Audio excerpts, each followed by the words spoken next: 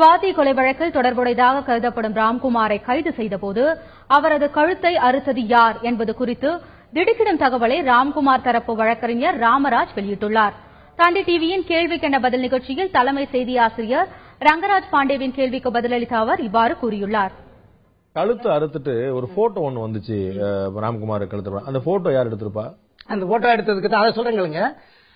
அந்த போட்டோ அதுக்கு உடனே இவனை கழுத்தெடுத்து அனுப்பி பிடிச்ச உடனே 7 போலீசார்கள் 6 போலீசாருக்கு பாராட்டு விழா நடத்துறாங்க. ஒரு போலீசார ஆயுதப்படைக்கு மாத்துறாங்க. தென்காசி போலீசார கூட போன போலீசார் ஆயுதப்படைக்கு மாத்துறாங்க.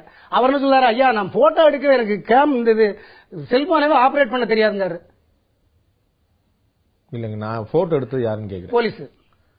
ஒரு தப்பு பண்ணிட்டு போலீஸ்காரங்க போட்டோ எடுப்பாங்களா? அது லாஜிக்கலா இருக்கா? நான் ஒரு கொலை பண்ண முயற்சி பண்றேன், பண்ணிட்டு நான் போட்டோ எடுப்பேன், எப்படி சார்? அதுதான் நான் இந்த கேள்வியை நான் உங்கள்கிட்ட கேட்க தெரிஞ்சு. அதாவது ஒருத்தன் கழுத்தறுத்த உடனே போய் போட்டோ எடுத்துருக்க மாட்டாங்க. நீங்க என்ன செஞ்சிருப்பாங்க, போய் அதை பிடிக்க நினைப்பாங்க. ஏன்னா ஓடி போய் கழுத்த இருக்காங்கன்னா அவனை கழுத்தருக்கு பிடிக்கத்தான் போவாங்க. ஆனால் இங்க என்ன நடந்துச்சுன்னா இதுதான் கழுத்தை எடுத்தது போலீஸ் அப்படிங்கிறது அவங்க சொல்றது. அவங்க போலீஸ் என்ன சொல்றாங்கன்னா, நாங்க போய் பார்த்த போது கழுத்தறுபட்ட நிலையில இருந்தார் அப்படின்றாங்க. அந்த போட்டோ அப்ப இன்ஸ்பெக்டர் அறுத்து விட்டுட்டு போய் போட்டோ எடுக்கணும்னு சொன்னாரா? அப்ப இல்ல அடுத்தது அந்த வீடு ஊருக்குள்ள அறுத்து விட்டுருந்தாருன்னு போட்டோ எடுக்க சொல்லுவாரான்னு கேக்குறேன். அதான் தெரிஞ்சுக்கிறேன். அறுத்து விட்டுட்டு நான் ஒரு கிரிமினாலஜில ஒரு பழமொழி உண்டு, குற்றம் செய்பவர்கள் தடயத்தை விடாமல் செய்ய மாட்டார்கள். காவல்துறையினர் செய்த தவறை இந்த மாதிரி தடயத்தை விட்டு செஞ்சிருக்காங்க.